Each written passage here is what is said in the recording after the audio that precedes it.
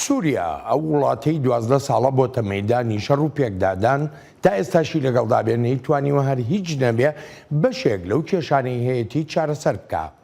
گەلی سووریا لە ساڵی 2011ەوە قسەی خۆی کردووە لە بەرامبەر ڕژێمەکەی بەشار ئەسەد، بەڵام تا ئێستاش ئەو ڕژێمە لە دەسەڵاتدایە و هەروە دێو زیاتریش دەست دەگرێ بەسەر ئەو ناوچانەی کەوتبوونە ژێردەستی یاخیبوانەوە. لەم 12 ساڵی ڕابردوودا سووریا کرا بە مۆڵگایەکی گەورە بۆ گەشەکردنی ڕێکخراوە تێرۆریستیەکانی وەک دەوڵەتی ئیسلامی و هێشتاش جم و جۆڵەکانی ئەو ڕێکخراوانە مایەی مەترسیەکی گەورەن بۆ سەر ئاشتی و ئاسایش و سەقامگیری سووریا و ناوچەکەش.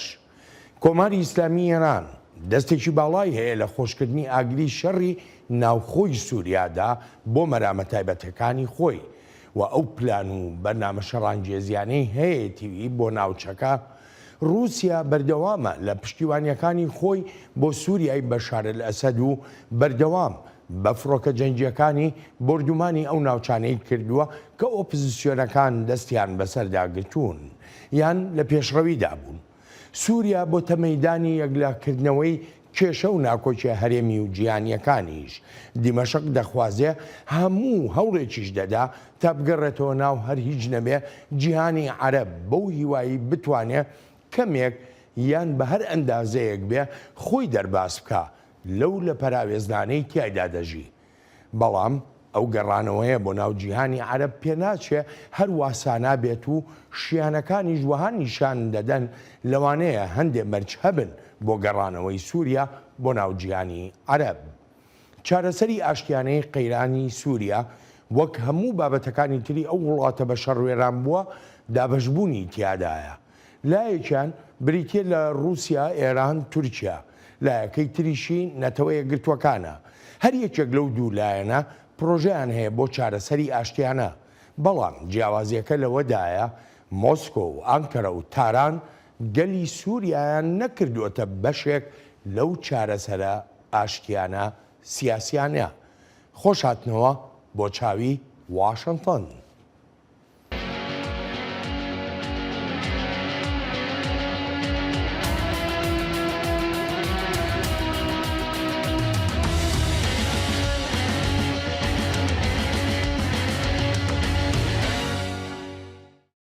هەموو نزیکبوونەوەیەک لە نێوان ئەو وڵاتانەی دەستیان هەن لە نانەوەی جێرەشێوێنی و ئاژاوە جێڕیدا جێی سەرنج و گومانێکی زۆر دەبن لەلایەن وڵاتە زلهێز و پێشکەوتوەکانەوە. وەزارەتی دەرەوەی ئەمریکا بە نیگەرانیەوە دەڕوانێتە سەردانەکەی ئەم دواییەی سەرۆکی ئێران بۆ سووریا.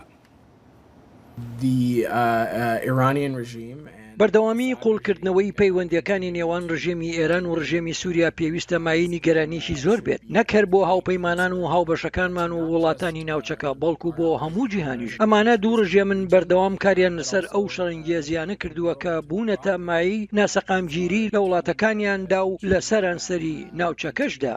کۆماری ئیسلامی ئێران هاوپەیمانێکی سەرەکی ڕژێمەکەی بەشار ئەسەدا بە سەرباز و هێزە میلیشیایەکانی سەر بە ئێران پشتیوانیەکی تەواوەتی لە ڕژێمی سووریا کردووە. هەر بۆیەشە وەک دەگوترێ تاران یەکێکە لە هۆکارە سەرەکیەکانی مانەوەی دەسەڵاتدارێتی بەشار ئەسەد لە سووریادا. ڕێکەوتن و یادداشتەکانی لێکتێگەیشتن لەسەر ژمارەیەک پرۆژەم وەرکراون و وتوێژیش کراون لەسەر ژمارەیەک پرۆژە کە پەیوەندیەکانمان زیاتر بەرەو پێش دەبن لە ڕێی پەرەپێدانی مەکانیزمەکان بۆ زیاترکردنی ئاڵوگۆڕی بازرگانی و وەبەرهێنان لە نێوان هەردوو وڵاتدا. بێلەوانە دەشبنە مایەی کەمکردنەوەی کاریگەرەکانی سەزاکان و سوودیشی دەبێت بۆ گۆڕینی نەخشەی ئابووری جیهانی و هەروەهاش بۆ گواستنەوە بەرەو هاوسەنجی لە ڕۆژهەڵاتی ناوڕاستدا. زۆرێک لە چاودێر ئاماژە بەوە دەکەن پەیوەندیەکانی ئەو دوو وڵاتە لەسەر بنچینەی ئاسایشی و لەشکری و کۆمەڵێک دۆسەی ترن کە پەیوەندیان هەن بە بابەتە استراتیژیە گرنگەکانەوە. هەرچەندە دەسەڵاتدارانی ئێران جەخت دەکەنەوە لەوەی هەوڵەکان لە پێناو قوڵکردنەوەی زیاتری پەیوەندیەکانە لە نێوان دیمەشق و تاراندا. هیوادارین ئەو ڕێکەوتنانەی لە نێوان هەردوو وڵاتدا وەرکراون جێبەجێ بکرێن. بە تایبەتیش ڕێککەوتنە ئابووری و بازرگانیەکان لە کاتێکدا توانایەکی باش هەیە لە هەردوو وڵاتدا و جێبەجێکردنی ئەم ڕێککەوتنانەیش بە دڵنیاییەوە یارمەتی دەردەبن بۆ بەرزکردنەوەی ئاستی پەیوەندیەکانمان. شاراوە نییە لەوەی ئێران مەبەست و ئامانجی تری هەیە لەو زیاتر نزیک بوونەوەیە لە دەسەڵاتدارانی سووریا. دەسەڵاتدارانی تاران هەرگیز نیان شاردوێتەوە نانەوێ هێزەکانی ئەمریکا لە ڕۆژهەڵاتی ناوەڕاستدا بن. لەگەڵەوەشدا بە بەراورد لەگەڵ ساڵانی پێشتردا ژمارەیەکی کەمی هێزی ئەمریکایی لە سووریادایە، بەڵام هێشتاش تاران بە مەترسیان دەزانێ بۆ کارنامە سیاسیە شاراوەکانی خۆی. لەو بڕواایەداین بوونی ئەمریکا لە سووریادا نەک هەر ئاسایش جێگیر ناکات، بەڵکو تێکدەری ڕەوشی ئاسایشیشە لە ناوچەکە و لە سووریاشدا. هەرچەندێک ئەمریکا زووتر لە سووریا بچێتە دەرێ، ئەوە هێندە و زیاتریش ئاسایش لە سووریادا جێگیر دەبێت. باشترین ڕێگە بۆ هەبوونی ئاسایش بریتیە لە جێگیرکردنی ڕۆڵی حکوومەت لە سەرانسەری سووریادا. لەگەڵەوەشدا هەوڵەکان بەردەوامن بۆ چارەسەریەکی ئاشتیانەی قەیرانی سووریا، بەڵام هێشتا هیچ تروسکاییەک لە ئاسۆدا دیار نییە بۆ ئەو چارەسەرە سیاسیە. لە وەتای ساڵی 2011ەوە کە قەیرانی خوێناوی ناوخۆیی سووریا دەستی پێکردووە، کۆمەڵگەی نێونەتەوەیی دەسەڵاتدارانی سووریاییان لە پەراوێز ناوە و ژمارەیە سزای قورسیشیان سەپاندووە بەسەر دیمەشقدا، بەڵام بەهۆی پشتیوانیەکانی رووسیا و ئێرانەوە تا ئێستاش ڕژێمەکەی بەشار ئەسەد لە دەسەڵاتدایە.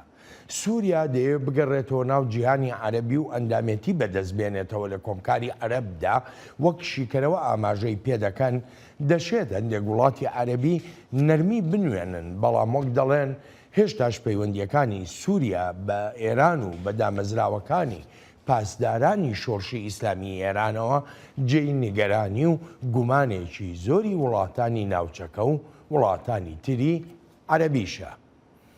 عیماد زەواهرە شیکەرەوەی سیاسی میوانی ئەم هەفتەیە چاوی واشنتنە. عیماد چاودێرێکی وردە بەسەر ڕەوش و پەرەسەندنەکانی سووریاوە و وەک ئەندامێکی باڵا لە نێوەندی دیموکراتی سووریایی کەنەدایی کاردەکە و خاوەنی دید و بۆچوونی تایبەتی خۆیەتی لەسەر ڕووداوەکانی سووریا لە پەیوەندی بە ناوچەکەوە واتە ڕۆژهەڵاتی ناوەڕاست. بەڕێز عیماد سوپاس و پێزانینم بۆ بەشداریەکەت. با دەست بەجێ بچبە پرسیاری یەکەمم. بەڕای تۆ ئێران یارمەتی دەرە بۆ باشترکردنی ڕەوشی سووریا یان وەک دەگوترێ تاران بێجگە لە وێرانە و کارەسات هیچ پرۆژەیەکی تری نییە بۆ سووریاییەکان؟ نهاركم سعيد وشكرا على الاستضافة. ئەم کاتت باش و سپاس بۆ میواندارێکەت. نەخێر بەشی دووەمی پرسیارەکە ڕاستە. بوونی ئێران لە سووریا و لە ناوچەکەشدا بوونێکی مشتومڕ لەسەر و پڕململانەیە. ئەمەش دەگەڕێتەوە بۆ سروشتی ڕژێمی ئێران و هەروەهاش سروشتی پرۆژەی ئێران. ئەو پرۆژەی ئێران پرۆژەیەکی فراوانخوازی نێونەتەوەیە، پرۆژەیەکی ئاینزاییە لە ژینگەیەکدا کە زۆرینەی دانیشتوانەکەی سونە ئاینزاکانن. هەر لە بەراییەوە پرۆژەیەکی نەحەزانەی ململانی ئامێزە و لە پشت بانگەشە ئایدۆلۆژیەکانەوە خۆی حەشارداوە بۆ دروستکردنی ئیمپراتۆرێتێکی کە خواسێکی دیێرینی ئێرانە. ئەو تۆکڵە ئایدۆلۆژی بەکاری دەهێنێت تەنها بۆ شاردنەوەی پرۆژەکەی. ئەو خواستی ئێران هەیەی بۆ هەبوونی ئیمپراتۆرێتێک لە ناوچەکەدا هیچی کەمتر نییە لە خواستی تووشە بۆ گێڕانی ڕۆڵێکی ئیمپراتۆریانەی هاوشێوەی ئیمپراتۆرێتی عوسمانلی. جا لە هەموو بارەکاندا بوونی ئێران لە ناوچەکەدا وەک جێگری و وتەبێژی وەزارەتی دەرەوەی ئەمریکاش باسی کرد سەرچاوەی دڵەڕاوکێ و نیگەرانێکی زۆرە، سەرچاوەیەکە بۆ نائارامی و ناسەقامگیری.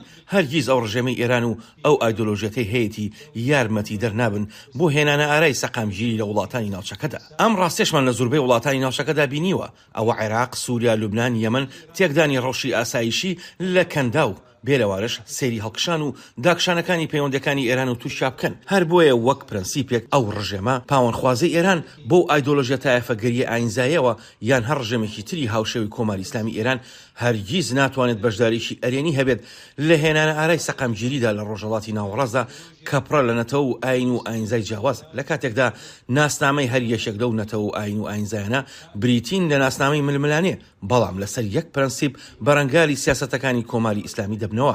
ئێران بچێتە هەر وڵاتێکەوە وەک شێرپەنجەوایە. في أي دولة يدخلها كالسرطان. باشە بەڕێز عیمادەگەر یارمەتیم بەی لێرەدا ڕژێمی سووریا ئەم ڕژێمەی بەشار ئەسەد هەرگیز بیر لەوە دەکاتەوە کە ڕۆژێک لە ڕۆژان هەر هیچ نەبێ هەنگاوێک یا دوان لە ئێران دوور بکەوێتەوە لە پێناو چارەسەرکردنی کێشە ناوخۆیەکانی خۆیدا. هذا ما يجب عليه لكنه غير قادر. بەڵێ دەبێت وەها بکات بەڵام ناتوانێت دوای ئەم شەڕە خوێناویە کە تێوەی گلاوە و ژێرخانی دەوڵەت و کۆمەڵگەشی وەنجەڕ کردووە ئێستا وەک قەرزاری ئێران یان ڕاستتر بڵێم بۆتە بارم تەیەک بەدەست ئێرانەوە. لە سەردانەکەی ئەم دوایی سەرۆی شێران بۆ سووریا ژمارە ڕێکەوتنی مۆر کردووە و سەر و سەودای لەسەر خاک کردووە لەگەڵ ڕژەمدا لە بەرامبەر قەرزدا. ڕژەمی سووریا لە ئێستادا ئەو جموجۆڵانی لەسەر خاکی وڵاتەکە دەیان کات وەک هێزەکە دەهێنرێت و دەبرێت لە کاتێکدا 4 هێز هەن لە ڕاستیدا جوگرافیای سووریان کۆنتڕۆڵ کردووە. ناوچەکانی باکووری ڕۆژاوە لەژێر هەژمونی تووشیادایە، ناوچەکانی باکووری ڕۆژهەڵاتی سووریا لەژێر هەژمونی ئەمریکادایە، ناوچەکانی ناوەڕاست و باشووری سووریاش لەژێر هەژمونی ئێران و ڕووسیادایە. تەران و مۆسکۆ پێکەوە ڕۆڵی گەورەی متمانە و پاراستن دەژێڕن بۆ ڕژێمەکەی بەشار ئەسەد. جا با بپرسین ئایا ڕژێمی سووریا دەتوانێت خۆی لۆ تۆڕەی تێی کەوتووە دەرباز بکات؟ گومانم هەیە لەوەی بتوانێت. نە لە ڕووی ئابووریەوە دەتوانێت، نە لە ڕووی لەشکریەوە دەتوانێت. بوونی هێزە میلیشیا ئێرانیەکان و ئەو هێزە میلیشیانەی تری شیعە لە سووریادا بوونەتە بۆمبێک لەناو خودی ڕژێمەکەدا. ئەمە ئەگەر باز لە ڕۆڵی ڕووسیا نەکەین کە ئەم ڕژێمەی سووریا گەلی وڵاتەکەی کردوتە قوربانی ململانی رووسیا و ڕۆژئاوا بەگشتی. الأمريكي والروسي الغربي بشكل عام. بەڕێز عیماد بۆ خۆت دەزانی ینی ئەو کاتەی 12 ساڵ لەمەوبەر لە شاری دەرعا کە خۆپشاندانەکان دەستیان پێکرد بە دواشیدا ڕووداوەکان بە دوای ئەوەشدا ینی زیاتر جەختکردنەوە بوو لە ڕوخاندنی ڕژێمەکەی بەشار الئەسەد یا گۆڕینی ڕژێمەکەی بەشار الئەسەد. بەڵامەوە تا بەشار الئەسەد ئێستش هەر ماوە. بەشار الئەسەد دەکرێت وەکو سەرکەوتوویەک لەم شەڕە ناوخۆیە لێی بڕوانین. قد نقول أنه ليس انتصارا ولكنه ليس انكسارا. دەتوانین بڵین سەرکەوتن نییە و دەشتوانین بڵین تێکشکانیش نییە لەسەر وەختە بەراییەکەدا کە هاوڵاتیانی سووریایی ڕژانە سەر شەقامەکان دەیانویستە ڕژێمێکی سەرکوتکار ڕزگاریان بێت. بەڵام گرفتەکە لەوەدا بوو نەیان دەزانی ڕژێمی جێگرەوەی ئەمەی ئەسەد چۆنە و چۆن نییە. هەرچەندە خواستی خەڵک ڕوون و ئاشکرا بوو لێرەدا خاوەن ئایدۆلۆژیا ئیسلامیەکان بە خێرایی کەوتنەخۆ. هەڵبەت بە هاندان لە دەرەوە زۆر بە ڕاشکاوی دەڵێم هیچ وڵاتێکی ناوچەکە سەرکەوتنی شۆڕشێکی دیموکراتیانە لە وڵاتێکی تردا بە بەرژەوەندی نابینێت بۆ خۆی. بێگومان ترسیان هەیە لەوەی ئەوانیش بگرێتەوە. هێشتاش نەخۆشیە سەرچەکەی ناوچەکە نەبوونی ڕەواییە بۆ حکومەتەکان و فەرمانڕەواکانیش. هەر بۆیە وەک بینیمان بە خێرایی ڕژەمی سووریا زیرەکانە کەوتە بەکارهێنان و یاریکردن بەو کارتە تایفی و ئەوە بوو ئیسلامیەکانی لە زیندانەکان کردە دەرەوە و دواتریش پۆستی گەورەیان هەبوو لە ناو ژمارەیەک لایەنی ئۆپۆزیسیۆندا. ئەمەش بۆ ژمارەیەک وڵات وەک وڵاتانی کەندا و عەرەبستانی سعودیا، تورکیا و بۆ وڵاتانی تریش بوو بە دەرفەتێک تا بە شێوازێک یان شێوازێکی تر ئەو ئاڕاستانە بخەنە ژێڕی کێفی خۆیانەوە و بەکاریشان بهێنن بۆ دامرکاندنەوەی شۆڕشە ڕاستەقینەکەی سووریەکان. شۆڕشی سووریا لە ساڵی 2012دا کوژرا و هەتی و کەوت. ئێستاش ئەو وڵاتانە کە دەچنە لای ڕژێمی سووریا بۆ ئاساییکردنەوەی پەیوەندیەکان دەڵێن هۆکارەکە دەگەڕێتەوە بۆ ئەوەی کە شۆڕشی گەلی سووریا پاش 12 ساڵ سەر نەکەوت و بێگومان ئەوەی باسی دەکەم لەسەر ئاسی وڵاتانی عەرەب و ناوچەکەشە. لەسەر ئاسی جیهانیش بۆ نمونە ئەمریکا سیاسەتەکانی واشنگتن بۆ سووریا پڕ بوو لە تەمەموژ و نادیاری و پێدەچێت ئەمریکا وەها سەودای لەگە سووریادا کردوێت کە کارتێک بووە بەدەستیەوە بۆ بەرەنگاربوونەوەی ئێران و ئەو جا ململانەیە لەگەڵ رووسیادا. نەک دانانی سیستەمی دیموکراتی بوو بێت بۆ سووریا یان بنیادنانی دەوڵەتێکی مۆدێرن بوو بێت لە وڵاتەدا. مخابن ئەوە سیاسەتی دەرەوەی ئەمریکا بوو. هي أهم للسياسة الخارجية الأمريكية. بەڵێ بەرلەوەی من بچبە بەشی دووەمی بەرنامەکە ئەمەیە ڕای تۆ بزانم بەڕاستی ئایندەی سووریا چۆن دەخوێنیتەوە؟ چی پێشبینی دەکەی؟ إن لم يكن هناك ضغط غربي وتحديدا أمريكا. ئەگەر بێت و فشاریشی ڕۆژئاوانە بێت و بە دیاریکراوی فشاری ئەمریکا بۆ پارێزگاریکردن لە ژێرخانی پێکەنانی دەوڵەتیشی دیموکراتی لە سووریادا، ئەوە لە بیرمان نەچێت هۆکارەکانی مانەوەی نێوەند هێشتاش هێزیان تیادا ماوە و هۆکارەکانی دەربازبوونی ئەم ڕژێمەی سووریاش لە فشارەکان هەرماون. ئەوەی دەیبینین هێشتاش هەر لەسەر ڕەهەندی ئاسایشی قسە دەکرێت وەک ئەوەی شۆڕشی سووریا سەرچاوەیەک بوو بێت بۆ تیرۆریزم یان تیرۆریستان. بەدڵنیاییەوە لە سەرەتادا هەرگیز وەها نەبوو کاتێک ئەمریکا یان جیهانی ڕۆژئاوا وەها سەر و سەودا دەکات لەگەڵ دۆسی سووریادا کە پاشکۆیەکە بۆ دۆسیەکانی ترەوە ئەوە پێویستە هەڵوێستەیەک بکرێت. لەم ماوەی ڕابردوودا جێک سۆلیڤان ڕاوێژکاری ئاسایشی نیشتیمانی ئەمریکا وتی بابەتە گرنگەکە سەوداکردنە لەگەڵ دۆسی ئێران و بەرنامە ناوچەکەی.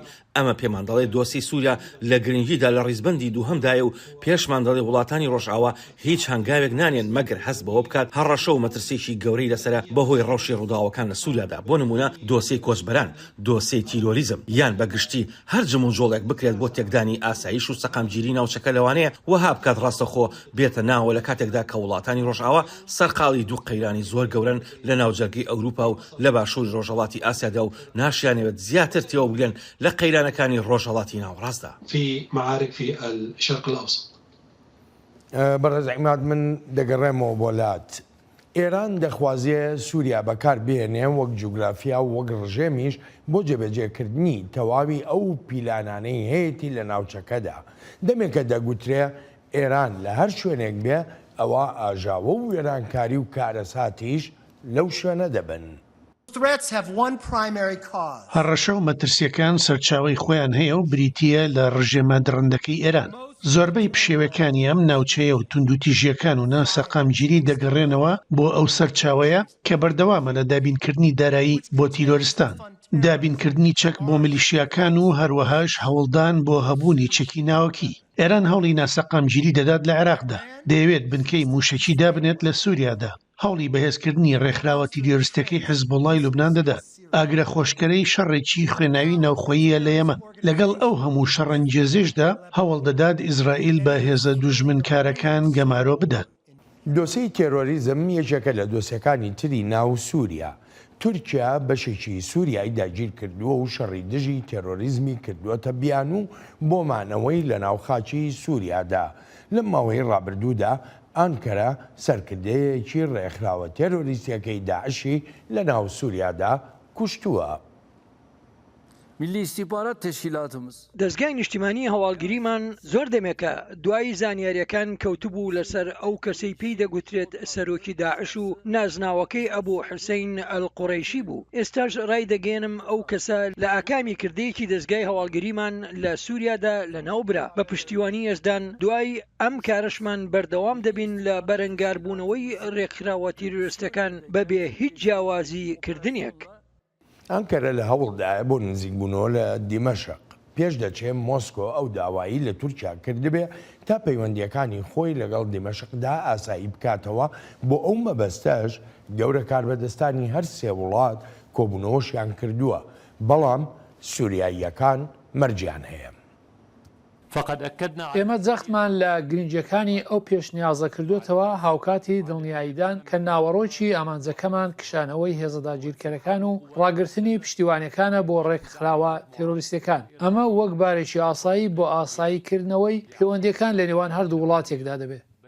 بەڕێز عیماد هەروەکو بینیشمان و جۆمان نێبوو ئەنی زۆرێک لە وڵاتان نیگەرانیان هەیە بەرامبەر بەم قەیرانە خوێناویەی ناو سووریا و هەوڵی چارەسەرکردن ئەدەن.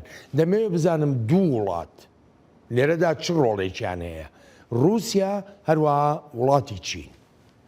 نعود قليلا فقط لتصريح كيفن ماكارثي. دەمەوێت سەرەتا لەسەر قسەکانی کێڤن مەکارسی بدوێم. ئەو هەڵوێستا هەڵوێستی گشتی کۆنگرسی ئەمریکای و پاشگەزبوونەوەی تیادانیە کە ڕژێمی سووریا پەچی کەوتووە و زیاد لە ڕادا کەوتۆتە بەکارهێنانی توندوتیژی و تاوانەکانیش تا گەیشتۆتە ئەوەی تاوانی دژی مرۆڤایەتی بکات. جا ئەم هەڵوێسە پێچەوانەی بەهاکانی لیبرالیزم و دیموکراتیە لە جیهانی ڕۆژئاوادا لەگەڵ ئەو سیاسەتانی هەیەە جا هەر خۆیان بوون بۆ چەندان ساڵە چاویان داخستووە، هەر خۆیان بوون هەڕەشەیان دەکرد بە هێڵە سوورەکان بەڵام هیچیان نەکرد. هەر ئەوان بوون بۆ ماوەیەکی درێژی بێدەنجیان هەڵبژارد لەبەر ئەوەی دۆسەی سووریا دۆسەیەکی سەرەکی نەبوو بەلایەنەوە.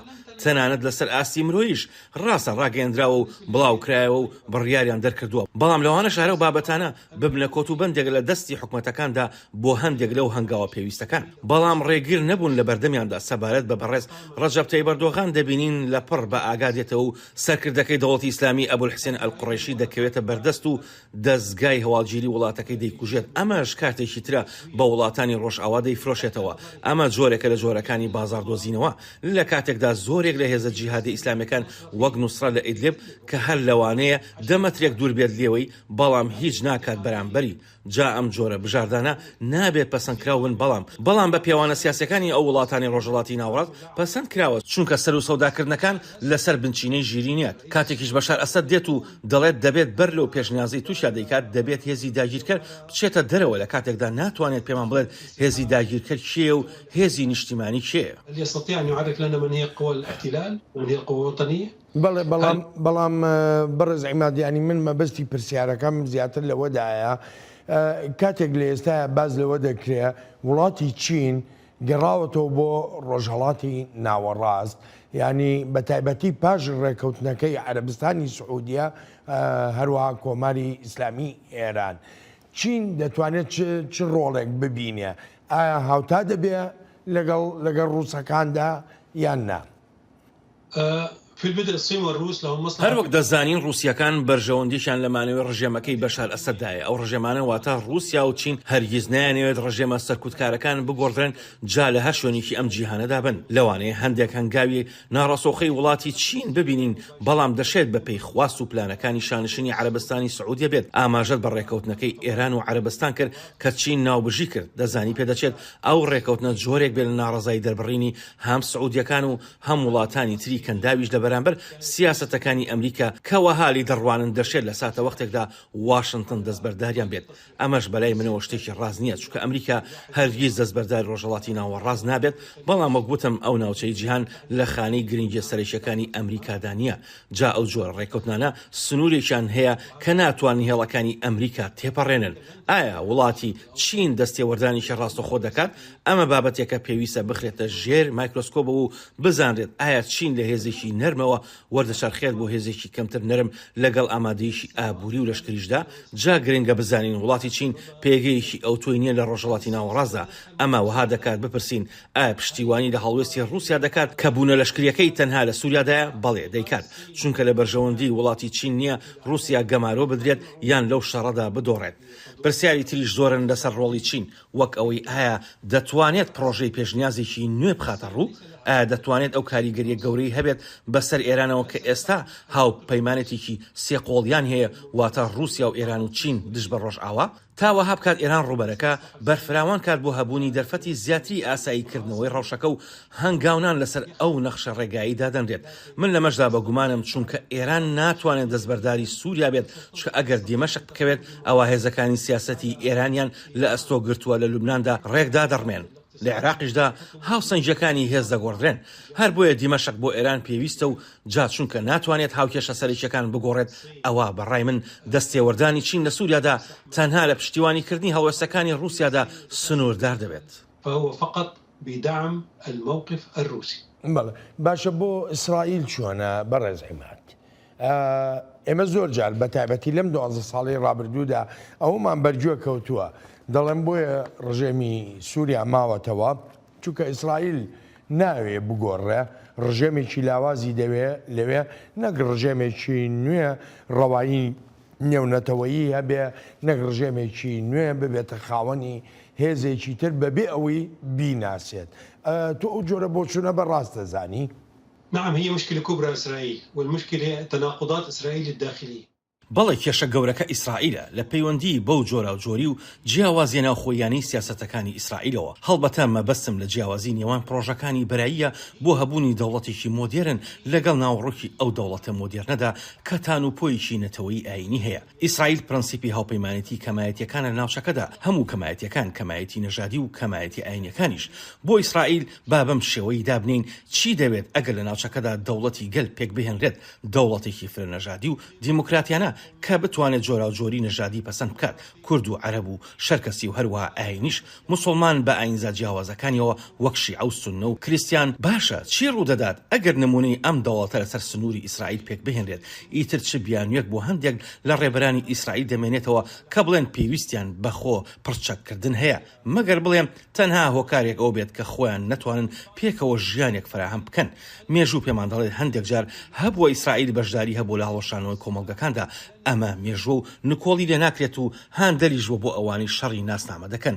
دەکرێت بڵێم لێرەدا لە بیری چووە دانوستاندن لەگەڵ خەڵکی دیموکرات خوازدا بکات یان لەگەڵ خەڵکو و لایەنی سیکولاردا وەک لەوەی بچێت لەگەڵ تایفەگەرەکاندا بیکات لەوانەی سەر بە کۆمەڵگەی عەرەبین. واتە سەیرەکە لەوەدایە کە دانوستاندن لەگەڵ ئەوانەدا دەکات کە دژی پرۆژەی زایۆنیزمن بەڵام و توێژ لەگەڵ لایەنی تردا ناکات. دانوستاندن لەگەڵ لایەنە ئایدۆلۆژی ئاینەکاندا دەکات لە کاتێکدا ئەو ئایدۆلۆژیانە لە ململانی و ناکۆشی و ناتەبایی گەورەدان. جا ئەمە لە بەرژەوەندی ئیسرائیلدا نییە. ئێستاش ئەوەی لە ئیسرائیل ڕوودەدات ئەم جۆرە جیاوازیانەیە کە لە بیرۆکەی دامەزرانەکەیدا هەیە و وەک دەوڵەتێکی مۆدێرنی هاوشەرخانە و دەوڵەتی هاوڵاتی و دیموکراتی ئەو مافی هاوڵاتی بوونە دەبەخشێت بەلایەک و بەلایەکی تری دابین ناکات. جا ئەم جیاوازە لە ئێستادا بەڕای من بۆتە مەترسیەک لەسەر بنیادی ئەم دەوڵەتە هاوچەرخە نوێیە. مەبەستم ئەوەی بڵێم ئەو جۆرە سیاسەتە زیانی دەبێت نەک هەر لە ناوچەکەدا بەڵکو و لەناو خودی ئیسرائیل خۆشیدا. لكنه كان وسيكون وبالا على الإسرائيليين. بەڕێز عیماد من دەگەڕێمەوە وڵات دەچینە بەشی سێهەمی بەرنامەکەمان. لەمەوەی ڕابردوودا سووریا کەوتۆتە خۆ بۆ گەڕانەوە بۆ نەو جیهانی عەرەبی. کۆبوونەوە لە دوای کۆبوونەوە دەکرێن تا پەیوەندیەکانی سووریا لەگەڵ جیهانی عەرەبیدا ئاسایی بکرێتەوە. شانشینی ئوردون بەشی شێری بەردەکەوێ لەو هەوڵانە بۆ ئاساییکردنەوە. ئەم ڕەوشەی ئێستای سووریا ناکرێت بەم شێوەیە بەردەوام بێت. ئەم میتۆدانەی بەکارهێنراون بۆ چارەسەرکردنی قەیرانەکانی سووریا هیچ شتێکی لێ سەوز نەبووە و لێشی سەوز نابێت. تەنها وێرانی و کارەساتی هێناوەتە ئاراوە. جارێکی تریش دەیڵێنەوە دەبێت ئەم قەیرانە کۆتایی پێبێت و ئەم کۆبوونەوانش لەسەر بنچینەی ئەو تێگەیشتنەیە لەگەڵ براکانماندا پێیگەیشتوین. شەڕی ناوخۆ و گەمارۆکان و دەڕمانی ئابووری و ئەو بوومەلەرزەیەش لە مانگی دوی ڕابردوودا لە سووریای داوا هێندەی تر مەینەتیەکانی گەلی سووریای زیاتر کردووە و کاربەدەستانی نەتەوە یەکگرتوەکانیش دەڵێن هەموو جۆرە یارمەتیەکی مرۆیی بۆ سووریاییەکان پێداویستیەکی بەپەلەیە. سەرەتا سەنگیمان خستۆتە سەر بواری مرۆیی و ئەو هەنگاوانەی مەینەتیەکانی گەلی سووریا کەم دەکەنەوە. سەنگیشمان خستۆتە سەر دۆسەی پەنابەران و ڕێککەوتوین لەسەر میکانیزمەکان بۆ ڕێکخستنی گەڕانەوەی خۆبەخشانەی پەنابەران بەپێی بەرنمەیەک لەگەڵ نەتەوە یەکگرتوەکاندا. هەروەها سەنگیشمان خستۆتە سەرگەیاندنی هاوکاریە مرۆیەکان بۆ ئەوانەی شایستەین لە هەموو ناوچەکانی سووریادا. بەرەنجامەکانی قەیرانی سووریا جێی نیگەرانیەکی زۆری شانشینی ئوردونە و وەک دەڵێ کەوتۆتە هەوڵدانێکی چڕوپڕ بۆ چارەسەرکردنی ئەم قەیرانە تەمەن 12 ساڵە.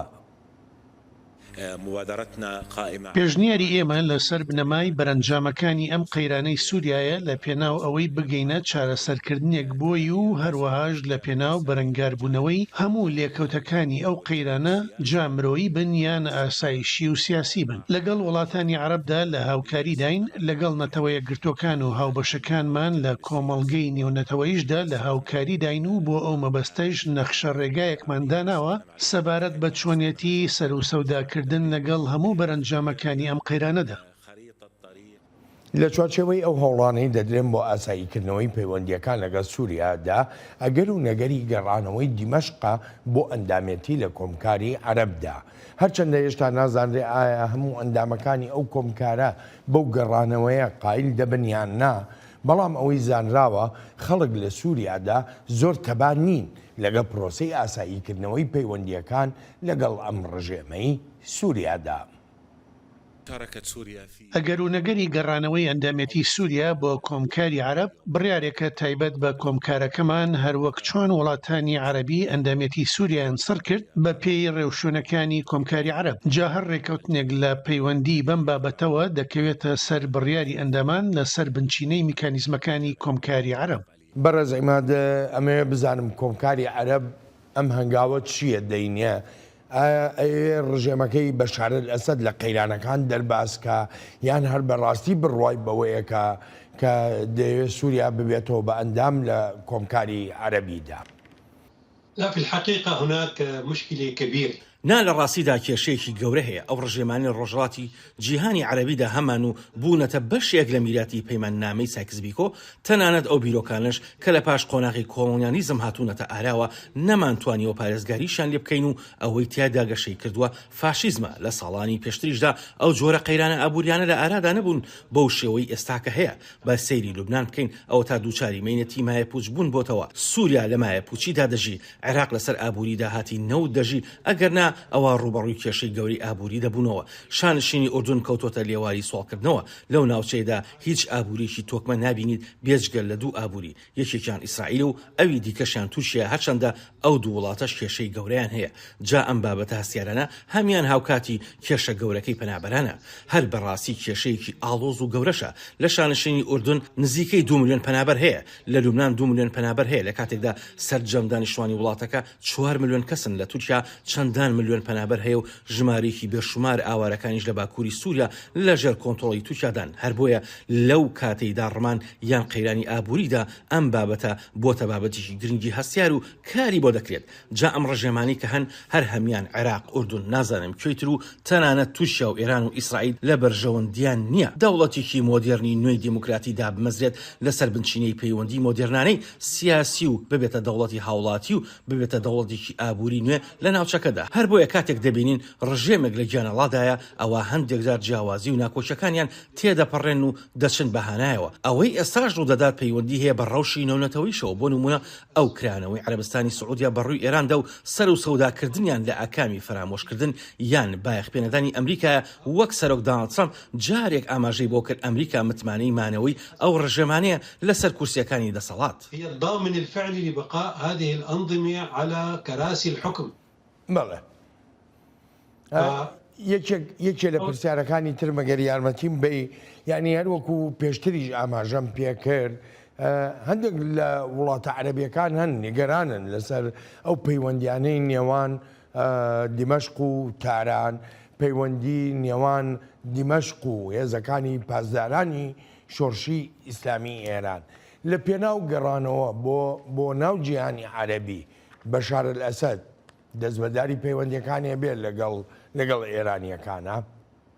الجواب أنه حتى لو كان ينوي فإنه لا يستطيع. وەڵامەکەم ئەمەیە تەنانەت ئەگەر بشخوازێت بەڵام ناتوانێت ئەم بابەتە پێویستی بە گۆڕانکاریی بنەڕەتی هەیە لە هاوسەنگەکانی هێزی ناوخۆییدا و بەشار ئەو کەسە نییە بتوانێت ئەو هاوسەنجانە بگۆڕێت هەبوونی دەستە و تاقمە چەکدارەکان و هەبوونی هێزە ملیشیا تایفیەکانی شیعە لە سووریاداییشەکە لە هۆکارە سەریشەکانی ڕێگەگرتن لە دارمانی ئەم ڕژێمەی بەشار ئەسەد هەروە دەستێوەردانەکانی ڕووسیا لە پاش ساڵی 2015ەوە بۆتە هۆی هۆکاری جێگیرکردنی ئەم ڕژێمە وەک سیستەمی دەوڵەت و دەسەڵات لەسەر ئاسی ناخۆی وڵاتەکەش ئەوە تا دەبینین ڕەوشی ئابووری وێرانە سامانەکانی سووریا فرۆشاون بە ڕووسیا و بە ئێرانیەکان دەوڵەتی سووریا نوقمی قرز بووە شتێک نەمەوە پێی گوترێت ئابووری هەروە دێوداڕمانی زیاتری نرخی دراوی سووریایی بۆ تەکارەسات موچەی ئەندازیارێک لە دیمەشق بەشی 4 ساندویچی شاورمە دەکات ڕەوشێکە هەتا بڵێ نەهەموارە خراپە و وێرانە جا ئایا دەتوانێت ئەو کارە بکات بێگومان نەخێر ئایا ئێرانەکان ڕۆڵی خۆیان لە نمایشتەکاندا دەگۆڕن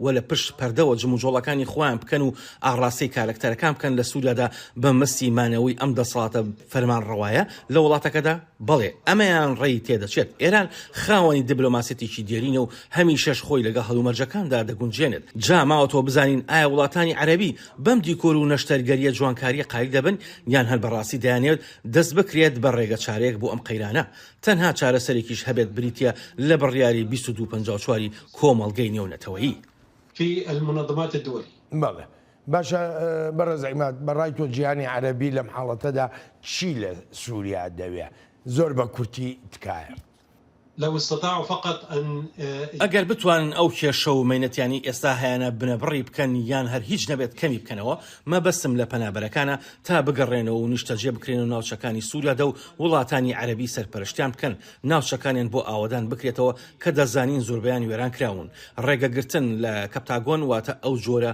بەنگ و مخدراتی لە سووریا دروست دەکرێت و ئێستا بۆتە بەشێک لە ئابووری شەڕ و بۆتە مەینەتێکی گەورەش بۆ نەشانشینی ئوردون و وڵاتانی کەنداویش بە پێی زانیاریەکان ساڵانە داهاتی ئەو مەتریاڵە هۆشبەرە 53 ملیارد دۆلارە واتە زیاتر لە بودجەی ساڵانی سووریا هەروەش کۆتوبەندکردنی جموجۆڵی ڕێکخراو جیهادیەکان خاڵێکی تریش پەیوەندی هەیە بەو ڕێکەوتنە نوێیانەوە. بۆ نمونە کاتێک عەرەبستانی سعودی دەڕوات بە ئاڕاستی ئێراندا ئەوە پێویستە ژمارەیەک دۆسیە چارەسەر بکرێن وەک دۆسیی یەمەن. ئەو دۆسیە گرنگێکی زۆری هەیە لای سعودیەکان و هیچیشی کەمتر نییە لە دۆسیەکانی تایبەت بە عێراق و سووریا و لوبنانیش.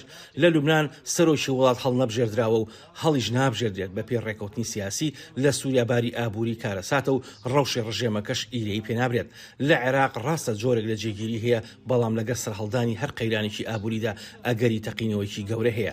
هەموو ناوچەکە لەسەر بەرمیلێکی پڕ لە باروتە. دەشێت نزیک بوونەوەی شانشینی عەرەبستانی سعودی و وڵاتانی کەندا و لەگەڵ کۆماری ئیسلامی ئێراندا دەشێت هەندێک گۆڕانکاری لەسەر ئاستی جیۆسیاسی جیهاندا بە دوای خۆدا بهێنێت و ئەمەش هاوسەنگێکی نوێ بە سیستەمی ئاسایشی دەبەخشێت لە ڕۆژهەڵاتی ناوەڕاستدا. جا ئەوەی گرنگە بەلای هەمووانە ئەوەیە ئەم ڕژێمە نەڕوخێت و چیدی سووریا نەبێتە مای دزەکردن و دەستێوەردانی زیاتر.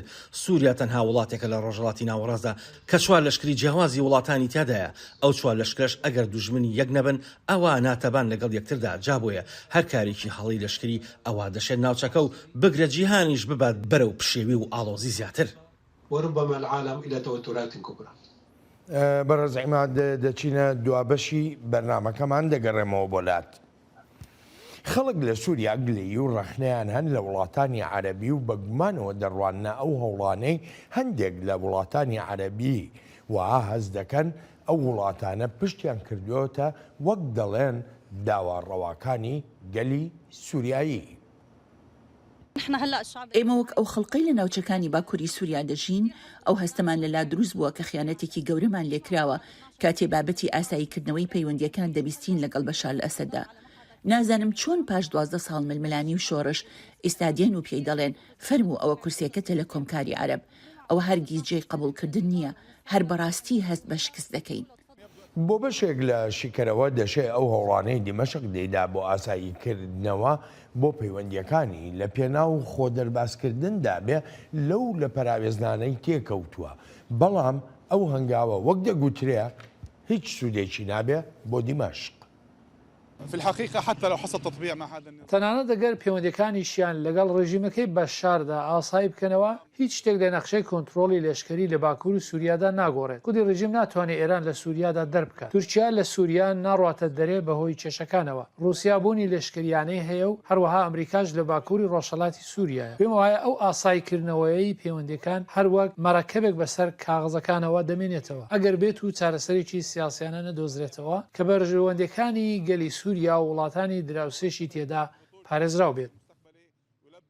هەر چۆنێک بێ ئەو لە پەراوێزنانەی سووریا لەسەر هەردوو ئاستی جیهانی و عەرەبیش کۆمەڵێک هۆکاری خۆیە بووە. وەک سووریاییەکان دەڵێن هۆکارەکان لە ئێستادا زیاترن تا درێژە بە لە پەراوێزنانی سووریای ئەسەد بدرێ نەک پەیوەندیەکانی لەگەڵدا ئاسایی بکرێتەوە. کۆمکاری عەرەب خۆی ڕژێمی سووریای دەرکرد. ئەندامەتی کۆماری سووریای سڕ کرد لەبەر ژمارەیەک هۆکار کە ئێستاش هیچ یەکێک لەو هۆکارانە گۆڕانکاریان بەسەردا نهاتووە. لە 2012دا هۆکارەکانی سڕکردنی سووریا کەمتر بوون بەڵام ئێستا 2023 هۆکارەکان زیاترن. ئەگەر سەیرێکی ژماری پەنابەران و ژماری کوژراوەکانیش بکەیت. بەڕێز عیماد بەڕای جەنابە وڵاتانی عەرەب ڕێکخراوی کۆمکاری عەرەب بۆ نمونە ئەمانە ڕای سووریاییەکان یا گەلی سووریا بەهێن دووەرەگرن لە هەر هەنگاوێکیانە بەرامبەر بە ڕژێمەکەی ئەسەد؟ لا، الجامعة العربية هي منظومة بين دول.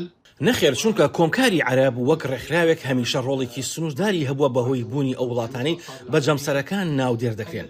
لە ڕابردوودا وڵاتی میسر هەبوو دواتریش عەرەبستانی سعودیا ئەو هەستکردنە بە مەینەتی و هەستکردن بە ئازار و ئەو هەستکردنە بە شکست کە لای هاوڵاتیانی سووریایی هەیە وەهایان کردووە نیوەی گەری سووریا ئاوارە بێت یان ببێتە پەنابەر. تەنانەت ئەوانش کە هێلکەکانی خۆیان خسۆتە ناو سەبەتەکەی تورکیاوە هەستیان بەبێ هیواییە کرد پاش ڕێکەوتنەکانی تورکیا لەگەڵ رووسیادا و کشانەوەی لە حەلەب و ناوچەکانی دەوروبەری. ئەو دەستە و تاقمە چەکدارانی کە هەندێک وڵاتی عەرەبی پشتیوانیان دەکردن و دارەیان بۆ دابین دەکردن ئێستا بەهۆی داوای ئەو وڵاتانەوە بۆ گەڕانەوەی سووریا بۆ ناو ئامێزی وڵاتانی عەرەبی دووچاری جۆرێک لە هەستی شکست خواردووی بوونەتەوە. دەزانی بۆ؟ چونکە هەر وڵاتانە هاندەری سووریەکان بوون و ئێستاش دەبینێ وەک بازرگانێک بوون و کڕین و فرۆشتنیان بە خوێن و بە مرۆڤیشەوە کردووە. هەر بۆیە دەبینین هەست بە ئازار و بە شکست زۆرن لە کاتێکدا هیچ شتێکیش نەگۆ گۆڕاوە لەو هەلو مەرجانەی هاوڵاتیانی سووریایی ڕژانە سەر شەقامەکان هاوکاتی قۆناغی بەلایی بەهاری عەربی واتە لە شەپۆلە سەرەتایەکانی ئەو بەهارەدا لە وڵاتانی عەربی بەگشتی و بە تایبەتیش لە سووریادا نەخێر بەدڵنیاییەوە هیچ شتێک نەگۆڕاوە هەر بۆیەشە دەشێت شەپۆلێکی گەورەت و تونتریش ببینین بە بەراورد لەگەڵ ساڵی 2011دا جا ئایا ئەو گۆڕانکاریانە دەبینین کە پێویست دەکات بکرێن ئەوە قورسە بەڵام دەشێت ببێتە کاتێک بۆ ئاڵوگۆڕی سیاسی و ژمارەیەک پەیام بەڵام هیچ هەنگاوێکی ڕژ لە ئارادانیە بۆ بنیادنانەوەی دەوڵەتێک تا بە شێوەیەکی شکۆمەندانە سەر و سەودا لەگەڵ هاوڵاتیاندا بکەن بە شێوەیەک شایستەی گەلانی ناوچەکە بێت يليق بالبشر ويليق بالسوريين وبالمنطقة. بەڵێ بەڕێز عیماد سوپاس و پێزانینم بۆ بەشداریت لە چاوی واشنگتنی ئەم هەفتەیەدا زۆر سپاس دەکەم. ئەلبەتە ئازیزانم لێرەدا دێنە کۆتایی چاوی واشنگتنی ئەم هەفتەیە تا هەفتەی ئایندا چاوێکی نوێی واشنگتن ڕێز و خۆشەویستی ستافی بەرنامە هەروەهایی خۆشم بەڵێن ساڵح پەسەند بفەرمونون هەر لە خۆشیە جێتان بێڵی.